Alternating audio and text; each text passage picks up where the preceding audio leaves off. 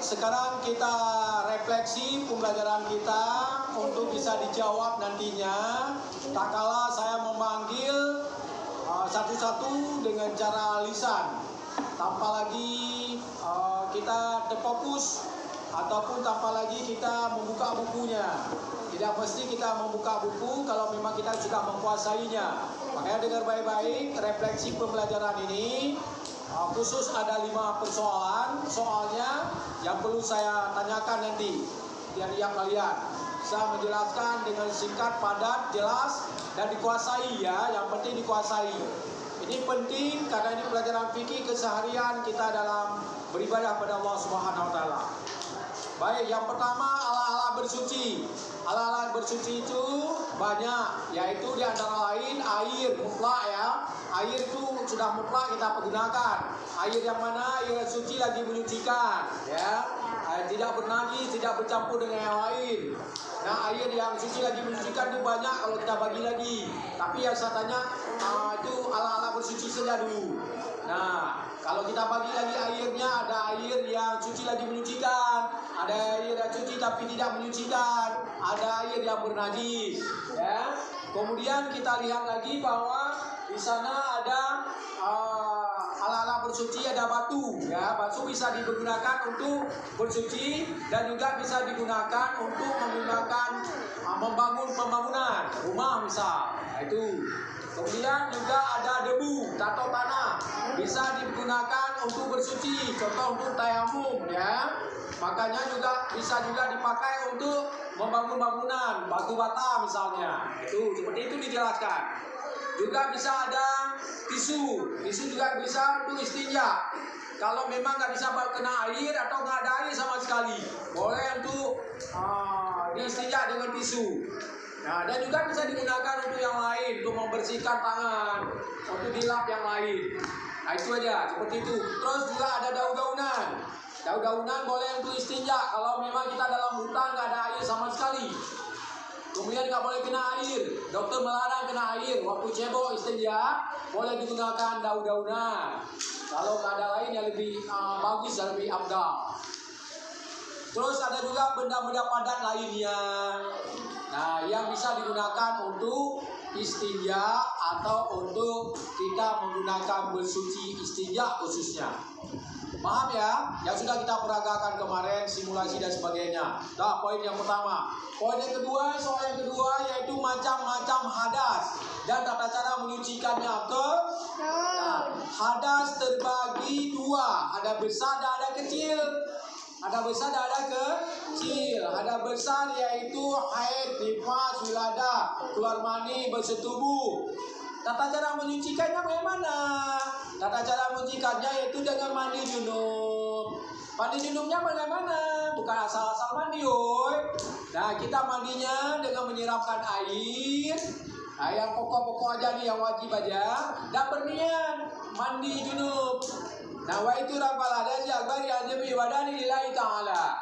Sengaja aku mandi ada besar bagi segala tubuhku karena Allah. Menyiramkan air ke seluruh badan dan menggosok-gosoknya, meratakan air, sudah selesai.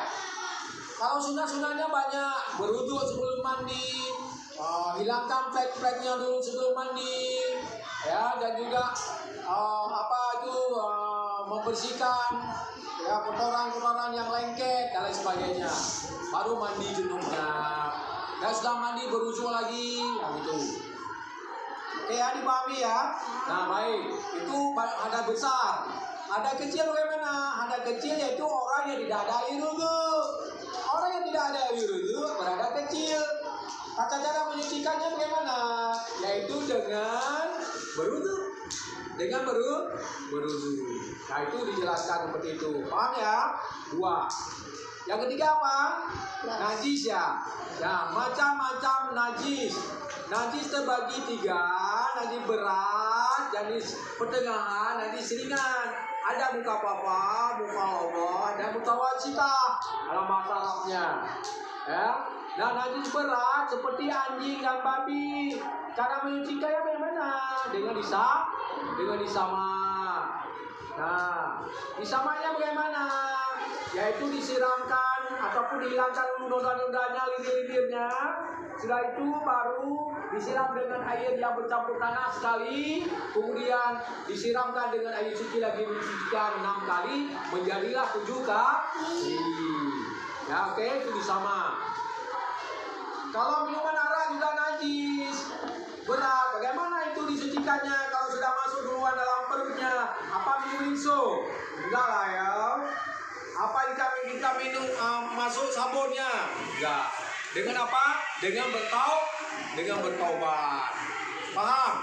Dengan bertaubat. Nah baik, terus kita ada juga najis pertengahan. Mana najis pertengahan?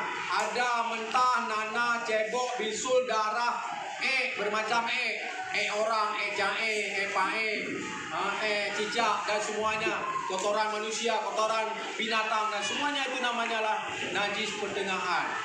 Cara menyucikannya bagaimana? Ya disiramkan dengan air yang mengalir, hilang nodanya, hilang baunya, hilang rasanya, dengan bersih, dengan dibros. Oke? Nah itu najis pertengahan.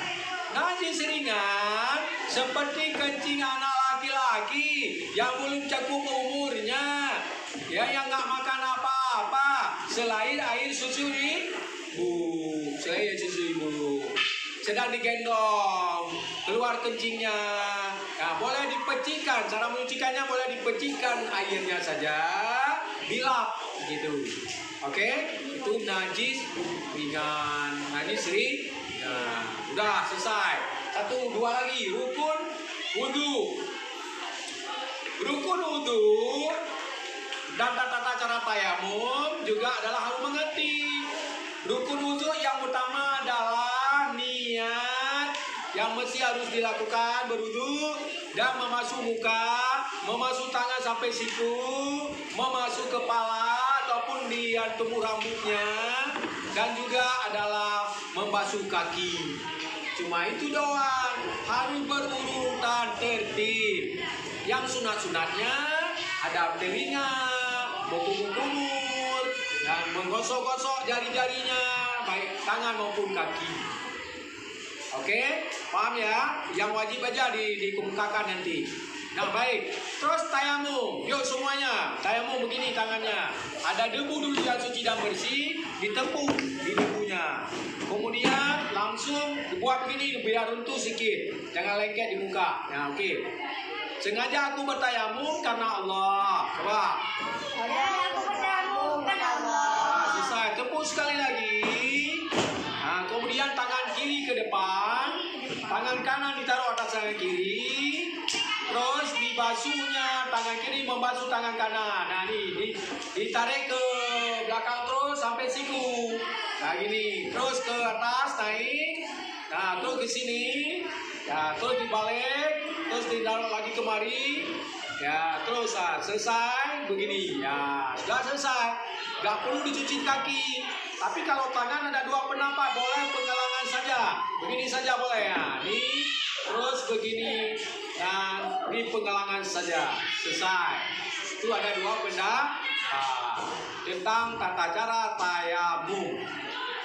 Terakhir yaitu tentang tata cara sholat berjamaah dan apa? Rukun khutbah Jumat. Baik, dengar baik-baik. Tata cara salat berjamaah tentunya ada imam, ada makmum. Kalau makmumnya lebih daripada 1, dia adalah berdiri di belakang imam, berderetan dengan safnya rapat, ya, rapat dan rapi, sejajar gitu. Terus kalau memang 1 orang, dia berdiri di belah kanan imam, dekat dengan imam, agak dekat dan agak ke depan, lengket sedikit dengan imam. Makmum mengingatkan imam tak kalah salah. Dan imam kalau keluar angin diganti oleh makmum yang di belakang imam. Seperti itu laksanakannya. Nah, kemudian rukun khutbah ada 5. Rukun khutbah Jumat ada 5. Yang perempuan juga harus mengerti nih.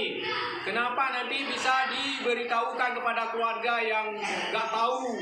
Baik, nanti mungkin suami ataupun apa itu ada adik-adiknya atau abang yang memang nggak belajar tentang Jumatan itu. Baik.